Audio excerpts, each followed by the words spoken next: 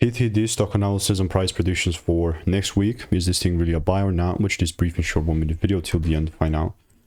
Especially now looking at TTD, I'm still going to stick to my strategy that I've refined over 45,000 videos.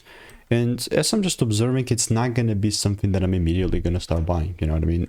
Even though it came down quite hard, it's still not enough candles, not enough data for me to be able, to come to that type of conclusion. And the one thing that I care the most about is if I see a double shift here happening with TTD. I also see about 8 receipts in the Discord here as well.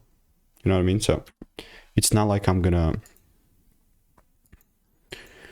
either sell here. You just, I'm waiting for a proper double break confirmation. Now in this case, I do have the top, which I don't think it's going to be enough, but this would be like a great step forward in order for me to be that bullish guy. But again, I'm not just going to assume stuff. I'll keep waiting and I'll continue to keep you updated. And if you want to stay tuned and get free money making emails and insights, click the first link in the description, and I'll see you in the next one.